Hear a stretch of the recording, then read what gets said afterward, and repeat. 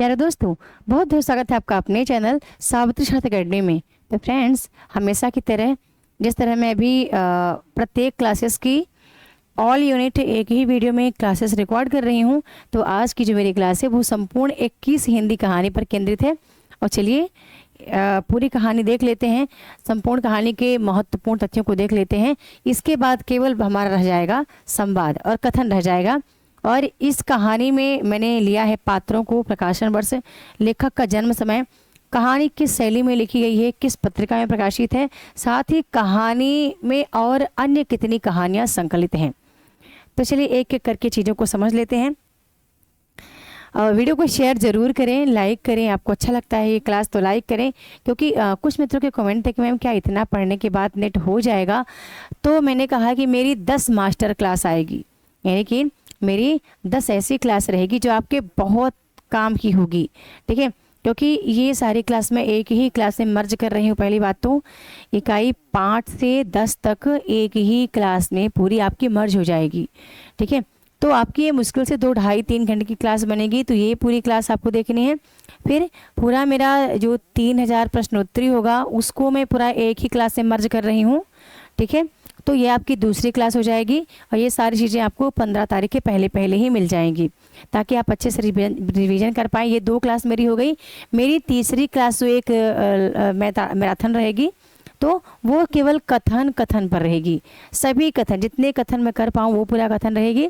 और एक मेरी क्लास रहेगी कंप्लीट इकाई 5 से इकाई 10 भूमिका पर। ठीक है, तो आपने देखा कि पहली क्लास मेरी यूनिट 1 to 10 हो गई, 5 to 10 पहली क्लास हो जाएगी मेरी। दूसरी क्लास मेरी प्रश्नोत्तरी की हो जाएगी।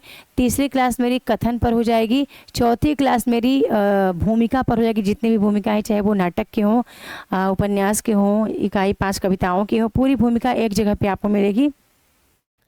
फिर मेरी एक क्लास रहेगी, वो आपकी इकाई 1 से इकाई 4।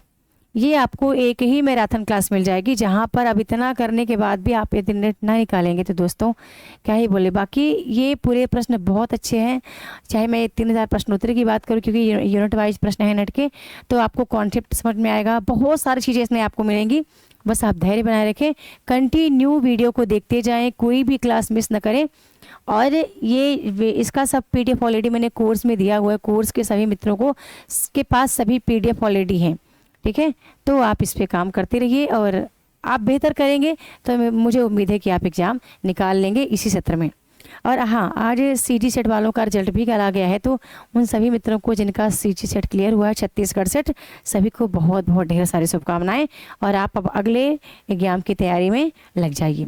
चलिए बात करते हैं संपूर्ण कहानियों में। पहली कहानी हमारी है एक टोकरी भर मिट्टी, जो कि 1901 में प्रकाशित हुई थी।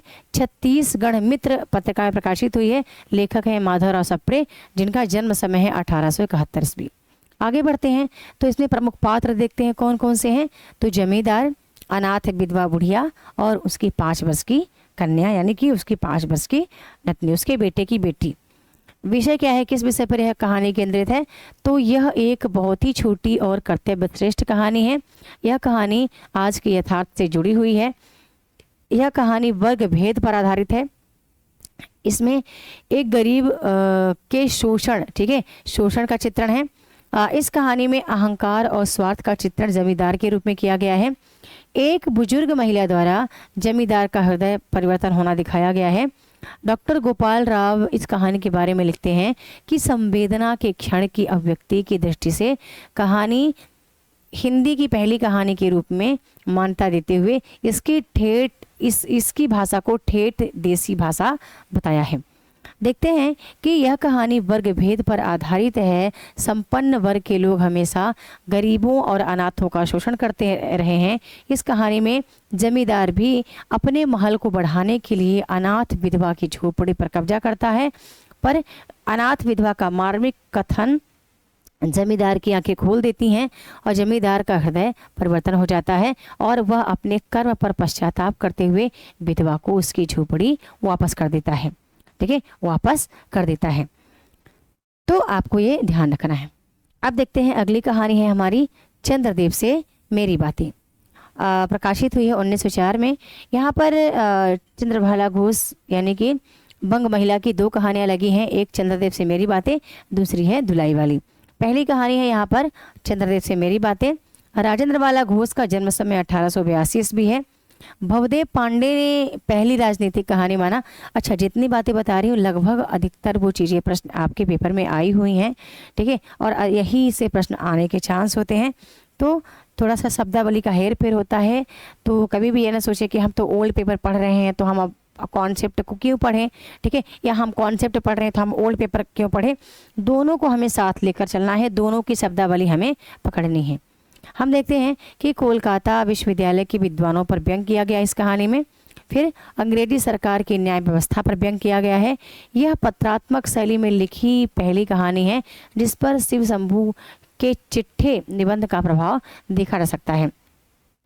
बंग महिला ने इस कहानी में अर्थनीति और राजनीति को केंद्र में रखकर तत्कालीन वायसराय लॉर्ड कर्जन और उसकी व्यवस्था पर व्यंग किया है। पदोन्नति के लिए सिफारिश और चाटुकर्ता का वर्णन किया है।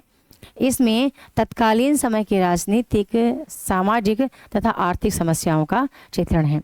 एक बात आपको ज्ञात होगा कि बंगाल विभाजन सरकार के स्तर पर 1903 में शुरू हो चुकी थी और उसके तुरंत बाद यानी 1904 में तत्कालीन अंग्रेजी सरकार द्वारा यह विचार जनता के सामने प्रस्तुत के रूप में प्रकाशित हो, यानी कि यह कहानी के रूप में प्रकाशित होकर आता है। अगली कहानी है दुलाई वाली, 1907 में प्रकाशित है, सरस्वती पत्रिका में प्रकाशित हुई है। पात्र हैं वंशीधर, नवल किशोर, जानकी देई और जानकी देई की बहन सीता। सीता के बारे में पूछा गया था, उम्र की सीता की उम्र कितनी है, तो 10 वर्ष। पेपर में आपके आया हुआ है। नवविवाहिता के मनोदशा का चित्रण, 2 मित्रों की कहानी है इसमें। हिंदी की प्रारंभिक कहानियों में से एक है, क्योंकि जब प्रारंभिक कहानी लिखी जा रही थी उस समय ये भी उस प्रारंभिक कहानियों में सम्मिलित थी। कहानी का आधार मनोरंजन है। कहानी हास्य पुट लिए हुए नवविवाहित घनिष्ठ मित्रों की कथा है। इस कहानी में यानी कि दुलाई वाली कहानी की प्रमुख विशेषता यह है कि रचनाकार हास्य सृजन में परंपरा से हटकर मौलिकता और कल्पनाशीलता का अद्भुत प्रयोग किया है। आगे देखते हैं कि काशी और उसके आसपास के जनजीवन व स्त्री पुरुष के सोच तथा मनोभावों का स्वाभाविक चित्रण देखने को मिलता है। विदेशी वस्तुओं के प्रयोग पर व्यंग किया गया है। कहानी की शुरुआत काशी के दशाश्वमेध घाट से शुरू होकर इलाहाबाद में खत्म होती है। हम स्थान देखते हैं कौन कौन से स्थान हैं, तो स्थानों का नाम आप जरूर ध्यान रखिएगा क्योंकि कहीं ना कहीं क्रम लगाने के लिए आ ही जाता है। तो दशाश्वमेध घाट, गुदौलिया, बनारस, मुगल सराय, इलाहाबाद, प्रयागराज, सिकरौली स्टेशन, ठीक है। तो ये स्थान आप ध्यान रखना, स्थान यदि पूछता है तो आप इससे अवगत रहेंगे। अगली जो हमारी कहानी है वो कहानी है दुनिया का सबसे अनमोल रत्न। देख लेते हैं दुनिया का अनमोल रत्न कब प्रकाशित हुआ, तो 1907 में जमाना पत्रिका के सोजे वतन संग्रह में प्रकाशित हुआ था। इसमें 5 और कहानियां संग्रहित हैं। 5 कहानियों के बारे में पेपर में आपके पूछ लिया जाता है। कहानी के पात्र हैं दिल फिगार, दिल फरेब, सिपाही, काला चोर और बुजुर्ग। इसका विषय देख लेते हैं क्या है, तो इसमें विषय में हम देखते हैं इसका जो विषय है देश प्रेम की भावना का चित्रण है। यह कहानी सच्चे प्रेमी के प्रेम की परीक्षा की कहानी है। आगे देखते हैं कि इस कहानी में 3 अनमोल रत्नों की बात देशभक्ति के रूप में की गई है। यदि आपको ज्ञात है तो आप जल्दी से उन 3 अनमोल रत्नों की बात को यहाँ पर लिख दीजिए। अगला है इस कहानी में प्रेम के लिए संघर्ष का चित्रण है। कहानी का अंत सुखद है। यह कहानी तत्कालीन स्वतंत्रता आंदोलन को एक नई दिशा देता है। दिल फिगार कहानी का मुख्य पात्र है जो कि दिल फरेब से बेपनाह प्रेम करता है। वह अपने प्रेम को सिद्ध करने के लिए कुछ भी करने के लिए तैयार है। आगे देखते हैं कि दिल फरेब एक बेहद खूबसूरत स्त्री और कहानी की मुख्य नारी पात्र है। काला चोर जो कैदी है, जुर्म करने के कारण उसे फांसी दी जा रही थी।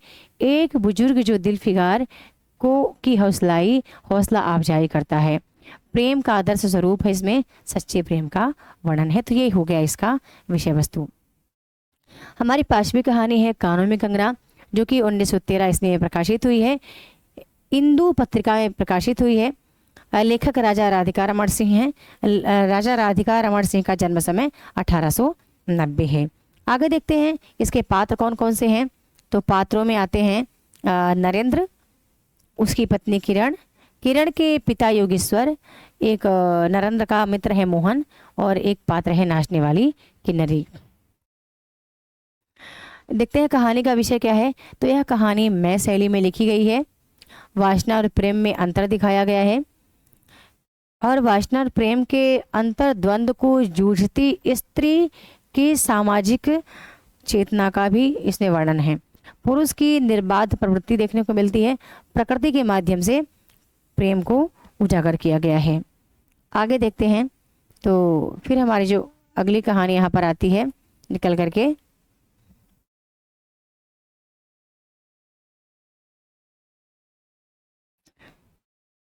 वो हमारी कहानी है उसने कहा था, बहुत इंपॉर्टेंट कहानी है, बहुत ही हर बार आपके पेपर में यहाँ से प्रश्न बन ही जाता है। तो इस कहानी को आप बिल्कुल इग्नोर न करें। मैंने इस कहानी को बताया भी है कि आप इसका मूल टेक्स्ट भी पढ़कर रखें। कहानी का प्रकाशन 1915 है, सरस्वती पत्रिका में प्रकाशित हुई है। लेखक गुलेरी जी हैं। 1883 गुलेरी जी का जन्म समय है। पात्र हैं लहना सिंह। पेपर में आ जाता है कि लहना सिंह क्या है, तो ध्यान रखना कि लहना सिंह नंबर 77 सिख राइफल्स में जमादार है, और बचपन में अपने मामा के यहाँ इसका एक लड़की से मतलब एक लड़की से संवाद होता है, या यूँ कहें कि एक लड़की से प्रेम हो जाता है बहुत छोटी उम्र में। और बाद में फिर 20 वर्ष बाद 25 वर्ष बाद ही फिर से ये उसके कर्तव्य को अपने मतलब कि प्रेयसी के कर्तव्य को निभाता है, उसके बच्चे और उसके बेटे और उसके पति की जान बचाकर।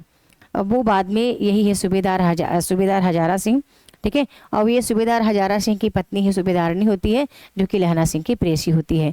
सूबेदार का बेटा है बोधा सिंह, वजीरा सिंह, कीरत सिंह। ध्यान रखना पेपर में आता है वजीरा सिंह के लिए कि वजीरा सिंह कौन है, तो लप्टन का विदूषक है। और कीरत सिंह कौन है, तो सूबेदार कीरत सिंह लहना सिंह का भाई है। अन्य पात्र हैं महासिंह और एक शाम सिंह सिपाही हैं। अब्दुल्ला को ध्यान रखिएगा, अब्दुल्ला लप्टन सिंह का खानसामा है। पोल्हू राम एक पात्र है। और बस इतने पात्र आपको ध्यान रखना है। सभी पात्रों के बारे में थोड़ा सा उनके किरदार को आप ध्यान रखिएगा तो सही रहेगा। इसके विषय की बात करूं तो प्रेम, कर्तव्य तथा आत्म बलिदान का मर्मस्पर्शी चित्रण है। उसने कहा था कहानी प्रथम विश्व युद्ध की पृष्ठभूमि पर लिखी गई मार्मिक कहानी है। इसमें प्रेम, त्याग और कर्तव्य निष्ठा को केंद्र में रखकर उद्देश्य निरूपित किया गया है। इस कहानी में पहली बार फ्लैशबैक शैली का उपयोग किया गया है। हम देखते हैं इसमें कुछ क्षेत्र हैं, इसके स्थान आए हुए हैं। वो स्थान कौन कौन से हैं आप ध्यान रखना। इसमें मझरे सूबेदारनी का घर होता है, और माझे लहना सिंह का घर होता है। ध्यान रखना गुरु बाजार लहना सिंह के मामा का घर है। दो क्षेत्र और आते हैं, जगाधारी और लायलपुर बर्लिन। तो लायलपुर बर्लिन का भी जिक्र हो चुका है, जहां सूबेदार को सरकार ने खेत भेंट किया था। चलिए आगे देखते हैं। अगली कहानी है हमारी आकाशदीप, बड़ी इंपॉर्टेंट कहानी है और 7वीं कहानी है, 1929 में प्रकाशित हुई है। आकाशदीप संग्रह में संग्रहित है। इसमें आकाशदीप संग्रह में 19 कहानियां और संग्रहित हैं। हम देखते हैं कि लेखक हैं जयशंकर प्रसाद, जिनका जन्म समय 1889 ईस्वी है। इसके पात्र कौन कौन से हैं? चंपा, बुद्धगुप्त, मणिभद्र और जया। देख लेते हैं विषय क्या है। तो विशुद्ध रोमानी प्रेम बलिदान का इसमें चित्रण है। सामुद्रिक जीवन का इसमें चित्रण है। ध्यान रखिएगा इसमें बुद्धगुप्त जो है वो ताम्रलिपि का क्षत्रप है, क्षत्रिय है। और एक बात और ध्यान रखना, इसमें जो स्थान आए हैं वो महत्वपूर्ण है कि इसमें सुमात्रा, जावा, बाली का वर्णन आता है। और इसमें ये भी पेपर में आपके इसके बारे में कथन आपके पेपर में हर हाल में पूछ ही लिया रहता है, तो आप कथन जरूर ध्यान रखिएगा और पूरे पात्रों के किरदार को ध्यान रखिएगा।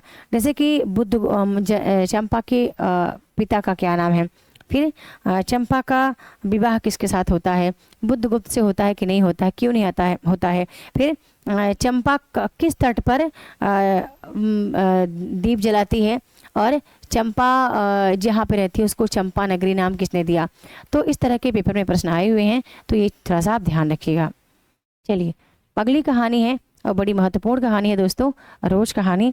देख लेते हैं कि रोज का अन्य नाम गैंग्रीन भी है। यह कहानी विपथका 1937 कहानी संग्रह से ली गई है। लेखक अजय हैं। लेखक का जन्म समय 1911 ईस्वी है। पात्रों की बात करें तो मालती, महेश्वर, बच्चा टिटी और इसमें कथानायक भी हैं जो कि कथानायक के रूप में लेखक ही हैं। विषय की बात करूं तो मध्यम वर्गीय दाम्पत्य जीवन की एक रक्षता या घनीभूत ऊब और घुटन का इसमें चित्रण है। इस कहानी का उद्देश्य एक युवती मालती के यांत्रिक वैवाहिक जीवन के माध्यम से नारी के अभावों में घुटते हुए पंगु बने व्यक्तित्व की त्रासदी का चित्रण है। रोज शीर्षक कहानी के रचयिता आधुनिक हिंदी साहित्य के मूर्धन्य विद्वान श्री सच्चिदानंद हीरानंद अज्ञे हैं। ये एक प्रमुख कवि हैं, कथाकार हैं, उपन्यासकार, विचारक, पत्रकार, संपादक भी हैं। इन्होंने साहित्य के अनेक विधाएं, यात्रा साहित्य, डायरी, आलोचना, जीवनी इत्यादि पर पर्याप्त मात्रा में लिखे हैं। रोज अज्ञे जी की बहुचर्चित कहानी है। इन्होंने मध्यम वर्ग भारतीय समाज में घरेलू स्त्री के जीवन और मनोदशा पर सहानुभूति पूर्वक विचार किया है। इस कहानी में मालती नामक एक नारी पात्र है जो लेखक के रिश्ते में बहन लगती है। दोनों बचपन में साथ साथ पले बढ़े और विद्यार्थी जीवन में मालती अत्यंत चंचल और उत्खिल प्रवृत्ति की लड़की थी। उसे पढ़ने से अधिक खेलने में रुचि थी। उसकी शादी डॉक्टर से होती है। डॉक्टर साहब अच्छे स्वभाव के व्यक्ति हैं। उसका नाम महेश्वर है। वे शहर से दूर किसी पठारी क्षेत्र में पदास्तिक हैं। मालती उनके साथ उसी पहाड़ी क्षेत्र में सरकारी रूप में रहती है। लेखक एक बार मालती से मिलने आते हैं। विवाह के बाद मालती की दशा पुनः बदल गई। उसका जीवन मशीन तुल्य हो गया। ठीक है, तो ये चीज़ें आप थोड़ा ध्यान रखना। आगे है अपना अपना भाग्य। 1931 में वातायन संग्रह में ये संग्रहित है कहानी अपना अपना भाग्य। वातायन संग्रह में 13 और कहानियां संग्रहित हैं। विशाल भारत पत्रिका 1929 में यह प्रकाशित हुई थी। संवाद शैली में लिखी गई है। पात्रों की बात करें तो 10 वर्षीय एक बालक है, कथानायक और कथानायक के मित्र हैं। देखते हैं कि इसके लेखक जयेंद्र कुमार हैं। जयेंद्र कुमार का जन्म समय 1905 ईस्वी है। विषय की बात करूं तो सामाजिक भेदभाव की समस्या का चित्रण है और इसमें भी पहाड़ी जीवन के चित्रण को दिखाया गया है। बड़ी ही मार्मिक कहानी है। ईदगाह कब प्रकाशित होती है तो 1933 में। किस पत्रिका में प्रकाशित है तो चांद पत्रिका में प्रकाशित है। लेखक प्रेमचंद्र है, मुंशी प्रेमचंद्र। 1880 इनका जन्म समय है। पात्र कौन है तो 5 वर्षीय बालक हामिद, उसकी बूढ़ी दादी अमीना, मोहसिन, आबिद, सम्मी, नूरे। ध्यान रखिएगा यह एक एक पात्र जो खिलौना लेते हैं बाजार से, मेले से, तो उस खिलौने के बारे में जिक्र हो चुका है कि कौन सा पात्र किस खिलौना में रुचि रखता है और खिलौने को बाजार से, मेले से लेता है, तो आप ध्यान रखिएगा। विषय है बाल मनोविज्ञान पर आधारित कहानी है। गरीबी के कारण बच्चे पर पड़ने वाले प्रभाव का चित्रण इसमें दिखाया गया है। आगे बात करते हैं राही कहानी की। तो राही कहानी 1947 में प्रकाशित है। सीधे साधे चित्र संग्रह में संग्रहित है। सीधे साधे चित्र संग्रह में दोस्तों 12 कहानियां और संग्रहित हैं। ये आप ध्यान रखिएगा, ये सभी चीज़ें पेपर में आई हुई हैं। पूरा पैटर्न पेपर का है। लेखिका हैं सुभद्रा कुमारी चौहान, जिनका जन्म समय 1905 है। कहीं कहीं पे इनका जन्म समय 1904 भी देखने को मिलता है। पात्र हैं चोरी की दूसरी राही और स्वतंत्रता सेनानी अनीता। विषय क्या है तो जेल के परिवेश को दिखाया गया है। राही कहानी में सुभद्रा जी ने गरीबों के पीड़ा का वर्णन किया है। इस कहानी में उन्होंने भूख के लिए चोरी करने की मजबूरी पर प्रकाश डाला है। इस कहानी में उन्होंने सत्याग्रहियों में शामिल सत्ता के लोलुप व्यक्तियों पर व्यंग किया है। उन्होंने इस कहानी में गरीबों के कष्ट निवारण को ही सच्ची देशभक्ति माना है। सुभद्रा जी के लिए मानवता ही सबसे बड़ा धर्म है, वो इस कहानी के माध्यम से बताना चाहती हैं। अगली कहानी है सिक्का बदल गया। 1948 में प्रकाशित है। प्रतीक पत्रिका में प्रकाशित है। लेखिका का जन्म समय 1925 है। सिक्का बदल गया कहानी कृष्णा शोभती जी ने लिखी है। बात करते हैं तो पात्र हैं साहनी, शेरे, हसेना, बेगू पटवारी, थानेदार दाऊद खां। विषय की बात करूं तो विधवा नारी की पराधीनता का वैज्ञानिक चित्रण है। और भारत पाक विभाजन के कारण होने वाले विस्थापन की कहानी का चित्रण है। अगली कहानी है चीफ की दावत, और चीफ की दावत का प्रकाशन है 1956 ईस्वी। पहला पाठ कहानी संग्रह में संग्रहित है ये कहानी। लेखक है भीष्म साहनी। भीष्म साहनी का जन्म समय है 1915 ईस्वी।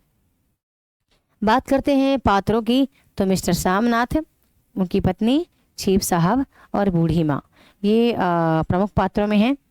विषय की बात करूं तो मानवीयता का अभाव है इसमें। माँ के बलिदान को दिखाया गया है, बूढ़ी माँ के दर्द की कहानी को दिखाया गया है। आपको ज्ञात है तो बताइए कि बूढ़ी माँ, जिनके सामनाथ की माँ है, वो कहाँ जाने का जिक्र करती है कहानी में, तो आप कमेंट सेक्शन में जरूर लिखिएगा। आगे है अगली कहानी राजा नरवंशिया, 1957 में प्रकाशित है। लेखक कमलेश्वर हैं। कमलेश्वर जी का जन्म समय 1932 ईस्वी है। पात्रों की बात करें तो पात्र हैं जगपति, उसकी पत्नी चंदा और कंपाउंडर बच्चन सिंह, कंपाउंडर बच्चन सिंह। इसमें और भी पात्र हैं, चाची है, सुनार पात्र है और कई पात्र हैं अन्य गौड़ पात्रों में, लेकिन अधिकतर आपके पेपर में प्रमुख पात्रों से ही प्रश्न आता है।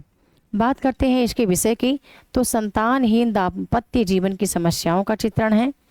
स्त्री सतीत्व की समस्या का चित्रण है। दो कथा की एक कहानी, यानी दो कथा इसमें समानांतर चलती है, एक पौराणिक कथा और एक आधुनिक कथा। स्त्री जीवन की त्रासदी का चित्रण है।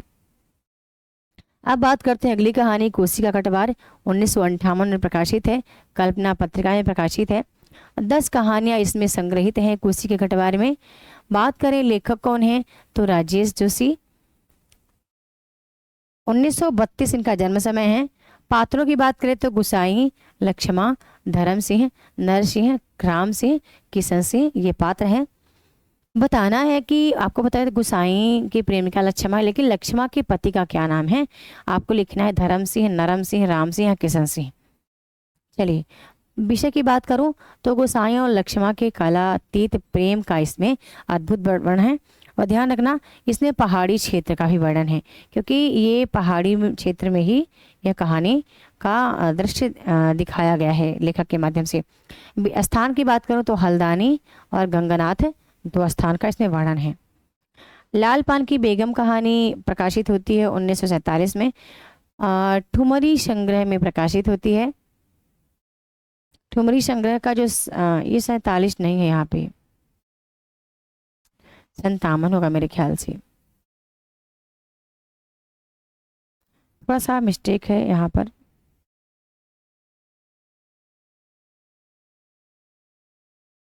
क्योंकि जो मारे के गुलफाम है वो 57-58 में प्रकाशित होती है।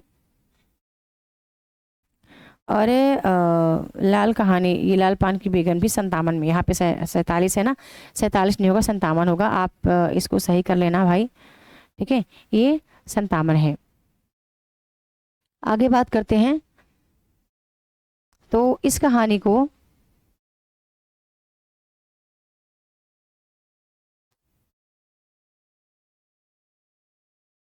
बात करते हैं कि लेखक रेण जी ने लिखा है। रेण जी का समय काल 1921 है। कोरमा टोली, बबुआन टोला, मलदहिया टोली, कोरी टोली, यह कहानी कई अन्य अलग अलग टोलियों में बटी हुई है। पात्र की बात करूँ तो बिरजू की माँ, मखनी फुआ, जंगी की पतोहू, चंपिया और बिरजू, ये पात्र हैं। यहाँ ये बताना है चंपिया की उम्र क्या है और बिरजू की उम्र क्या है, क्योंकि पेपर में दोनों के उम्र को लेकर के प्रश्न आ चुके हैं, ठीक है, तो थोड़ा सा ध्यान रखना।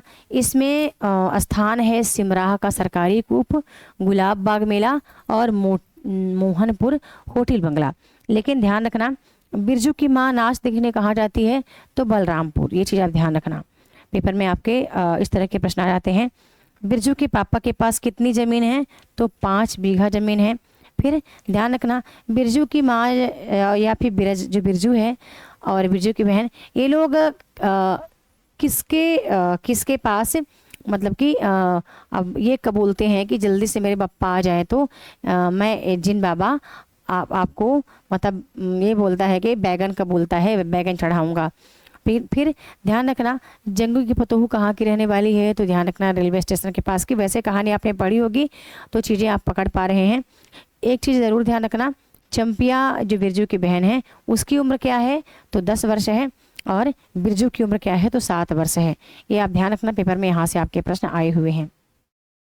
मारिए गुलफाम यानी तीसरी कसम कहानी कब प्रकाशित होती है, 1958 में। लेखक ऋण जी हैं, 1921 ईस्वी का इनका जन्म समय है। ये भी ठुमरी कहानी संग्रह में प्रकाशित है। ठुमरी संग्रह का जो प्रकाशन 1959 है और इसमें 9 कहानियां संग्रहित है, आपके पेपर में आ चुका है। बात करते हैं हीरामन पात्र, हीराबाई, पलटन दास, लाल मोहर, धुन्नीराम, लहसनमा और मुनुम जी, ये इसके प्रमुख पात्र हैं। अब बात करते हैं यह कहानी किस पर केंद्रित है, तो कहानी जरूर ध्यान रखना। साथ में पेपर में आपके आ जाता है कि लाल मोहर किस बोली में बात करता है, तो लाल मोहर जो है वो कचराही बोली में बात करता है।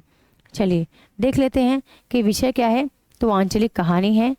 पहली कसम इसमें चोरी का सामान न लादना, दूसरी कसम बांस की लदनी और तीसरी कसम है कंपनी की औरत। ये पेपर में आया हुआ है कि इस कहानी में 3 कसमें ये खाता है, तो वो आप ध्यान रखना कि पहली, दूसरी, तीसरी कसम कौन सी है। इसमें ध्यान रखना कि स्थान आए हुए हैं विराटनगर, फारबिसगंज, खरहिया शहर, चंपानगर, सिंधिया गांव, कानपुर, तिगछिया, छतापुर पचीरा, मदन मोहर, विशनपुर, हरिपुर, ननकपुर, मीना बाजार, बनेली मेला और भी स्थान आए हैं, जैसे कि कुरमा ग्राम का भी जिक्र हुआ है।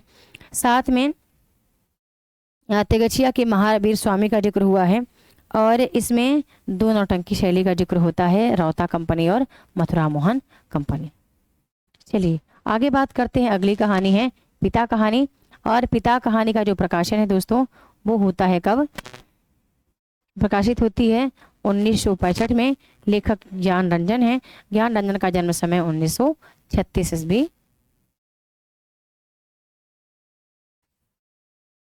कुछ तो गड़बड़ है, ज्ञान रंजन का जन्म समय 1936, थोड़ा समय अभी देख लो, क्योंकि जहाँ मुझे डाउट लगता है तो मुझे लगता है कि ये डाउट मैं क्लास में ही क्लियर करूं। ठीक है, आप भी कमेंट सेक्शन में लिखना, जहाँ चीज़ें कुछ भी थोड़ा सा गड़बड़ लगे तो आप कमेंट सेक्शन में लिख दिया करिए ज्ञान रंजन का जन्म समय। ठीक है, और जितनी भी चीज़ें आपको थोड़ा सा डाउट लगे वो आप लिखा। ठीक है, सही है, 21 नवंबर 1936 बिल्कुल सही है। ठीक है, तो पात्र है इसके कथानायक पिता, सुधीर और देवा। आगे बात करती हूँ, स्थान है धूमनगंज, खुलताबाद और इलाहाबाद का भी जिक्र है। अच्छा, बीच बीच में कई चीज़ें हैं जो कि बड़ी इंपॉर्टेंट है। अभी जब मैं संवाद लाऊंगी अपनी कॉपी से तो खुद ही आपको बताऊंगी, यहाँ पर मैं संवादों का जिक्र नहीं कर रही हूँ। बाकी पिता कहानी में बहुत सारी चीज़ें हैं जो दोस्तों बहुत महत्वपूर्ण है आपके पेपर के अकॉर्डिंग। और एक चीज़ और बताना चाहूँगी, जब आप कोई कहानी पढ़ रहे होते हैं तो ऐसा नहीं कि आपने केवल ये कहानी देखा और बाकी कहानी आपने छोड़ दी। इनकी अन्य कहानियाँ भी आपको आनी चाहिए, यानी अन्य कहानियों पर आपकी दृष्टि होनी चाहिए। ठीक है, जैसे कि आप यदि पिता कहानी को पढ़ रहे हैं तो पिता कहानी में इनकी कहानी जैसे कि यात्रा हो गया, क्षण जी भी पेपर में कई बार आ चुका है, फैंस के इधर उधर। अब आपको मैं कह रही हूँ, जैसे इसमें घनश्याम नगर एक स्थान है, घनश्याम नगर का जिक्र हुआ है। ठीक है, फिर बीच बीच में बहुत सारे जैसे दिल्ली एम्पोरियम का जिक्र हुआ है। फिर इसमें काफ़ी हाउस बेरा का जिक्र हुआ है। फिर इसमें कलकत्ते के हॉल एंडरसन का जिक्र हुआ है। ठीक है, तो बहुत सारी चीज़ें हैं जो कि बीच बीच में आई हुई हैं, तो वो थोड़े से आप ध्यान रखना। जैसे कि यहाँ पे जिक्र होता है कंक्रीट के ग्रैंड ट्रक का। फिर एक स्थान है लोको सीड। ठीक है, तो ये चीज़ आप थोड़ा सा ध्यान रखना। बाकी मैं कहानी पढ़ाऊंगी तो जब वो खुद ही बता दूंगी, पर कहानी के बीच में जो महत्वपूर्ण चीज़ें हैं वो आपको ध्यान रखना है। देखते हैं, पिता कहानी जो है ज्ञान रंजन की महत्वपूर्ण कहानियों में से एक है। और पिता कहानी पुरानी पीढ़ी का अपने समकालीन परिवेश से कटते चले जाने का दर्द है। इसने बदली हुई मानसिकता का अंकन है। यह कहानी उस मानसिकता के साथ चल पाने में असमर्थ पिता की कहानी है। इसमें 2 पीढ़ियों के संघर्ष का चित्रण है। अब पिता कहानी आपने देखा कि कब 1968 में फैंस के इधर उधर, यहाँ पे मैंने लिखा नहीं, आप लिख लेना, फैंस के इधर उधर संग्रह में संग्रहित है, जिसमें 12 कहानियां और संग्रहित हैं। ठीक है, ये चीज़ आप ध्यान रखना। अब आपको ध्यान रखना है दोस्तों कि ये जो कहानी है इसमें एक चीज़ और है जो छूट रही है, वो है कि पिता लंबे समय तक गीता रामायण का पाठ करते चले आए हैं, वो जिसका जिक्र आपके पेपर में आ चुका है। ठीक है, तो गीता रामायण आप ध्यान रखना, कोई और से महाभारत रामचरित या किसी अन्य चीज़ का जिक्र हो जाए तो आप थोड़ा सा ध्यान दीजिएगा। चलिए आगे बात करती हूँ। अगली कहानी है इंस्पेक्टर माता दीन चांद पर, 1970 में प्रकाशित है। ठिठुरता हुआ गणतंत्र संग्रह में संग्रहित है। लेखक हैं हरिशंकर परसाई, 1922 इनका जन्म समय है।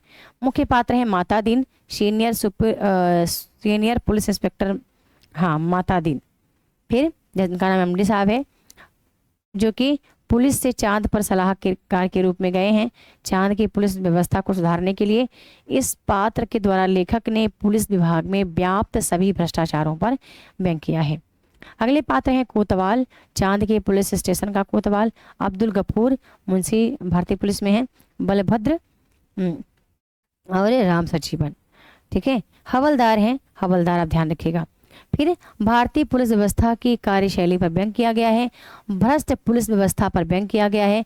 निर्दोष को दोषी करार देने पर व्यंग किया गया है। पुलिस द्वारा विज्ञान तथा एवं वैज्ञानिकों को नकारने पर व्यंग है। चांद के काल्पनिक चित्रण द्वारा भारतीय पुलिस व्यवस्था पर व्यंग है। यदि मैं निष्कर्षतः कहूँ तो इस कहानी में पुलिस प्रशासन पर व्यंग किया गया है, साथ ही भ्रष्टाचार का पर्दाफाश किया गया है। यह इंस्पेक्टर माता दीन चांद पर हरिशंकर परसाई की लोकप्रिय व्यंग्य रचना है और इस कहानी में पुलिस के अत्याचारों की ओर लोगों का ध्यान आकर्षण किया गया है। यह एक कहानी एक फैंटेसी शैली में लिखी गई है। अगली कहानी की बात करो, 20 नंबर की कहानी है अमृतसर आ गया, 1971 में प्रकाशित है। पटरिया संग्रह में संग्रहित है और पटरिया संग्रह का जो प्रकाशन है वो 1973 है। इसमें 15 कहानियां और संग्रहित हैं, आपको ध्यान रखना है। लेखक भीम साहनी है। भीष्म साहनी का जन्म समय 1915 है और इनकी अन्य कहानियां भी आपको दोस्तों देख कर रखनी है। देखते हैं कि मैं शैली में यह कहानी लिखी गई है। पात्र है कथानायक सरदार पठान, तीन सरदार पठान ऐसे लिखना है। दुबला बाबू, बुढ़िया और कुछ मुसाफिर यात्रा करते हुए रेल में बैठे हैं, यानी ट्रेन के डिब्बे में बैठे हुए हैं।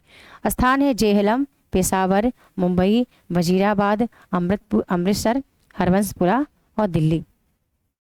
अमृतसर आ गया भीष्म साहनी द्वारा रचित एक चर्चित कहानी है जो भारत पाक विभाजन के परिदृश्य को प्रस्तुत करती है।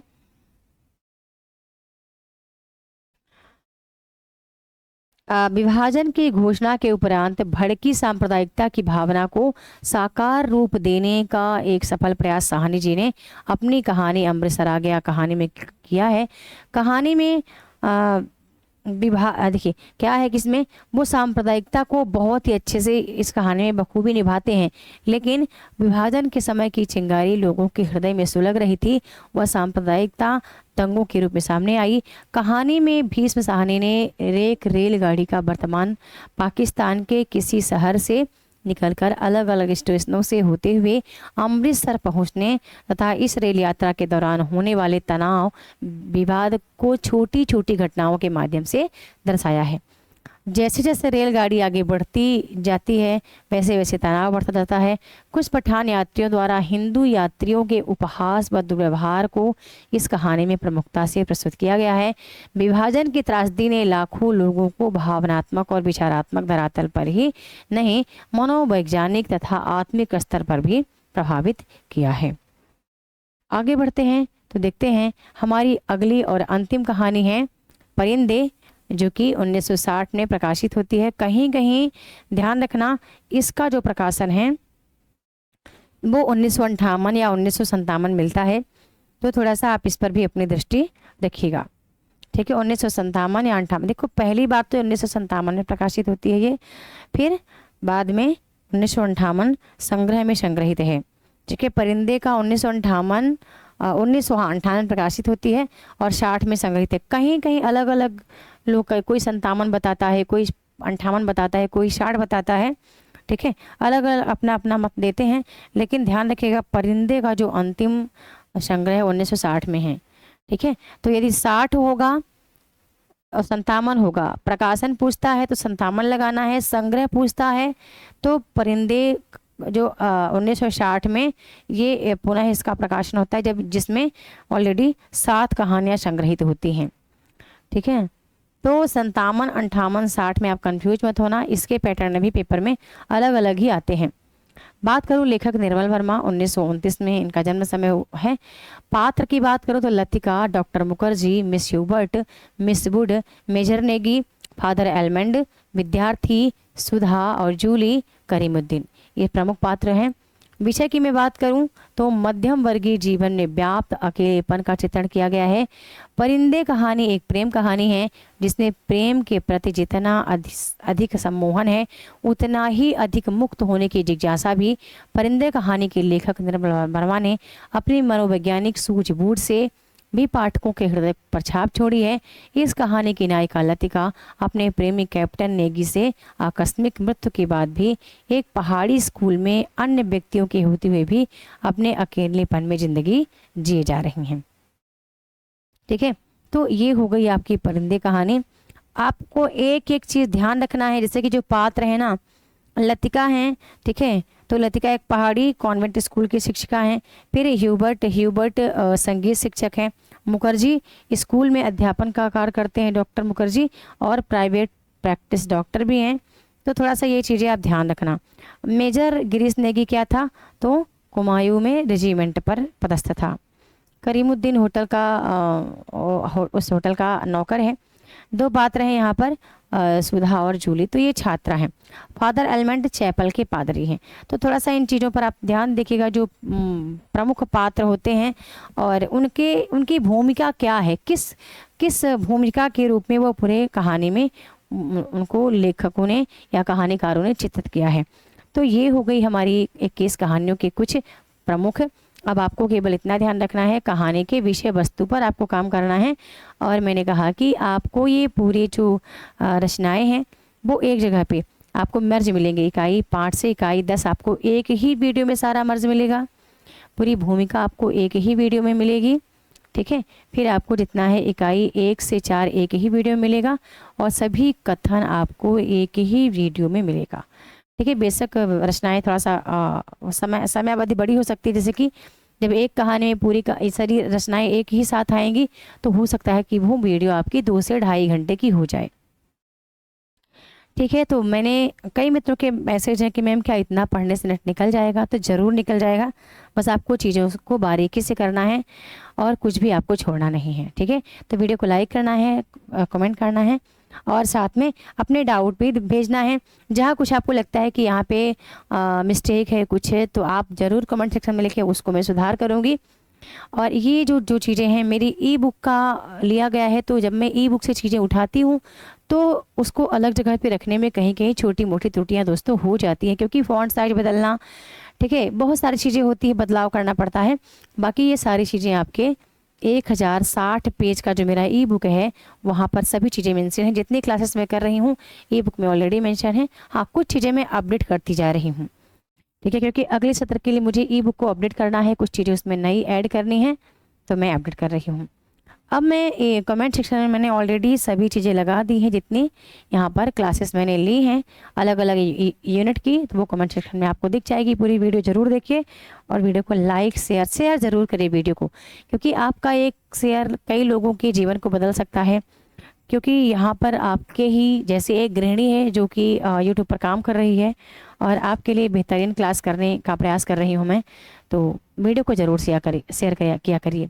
ठीक है, धन्यवाद।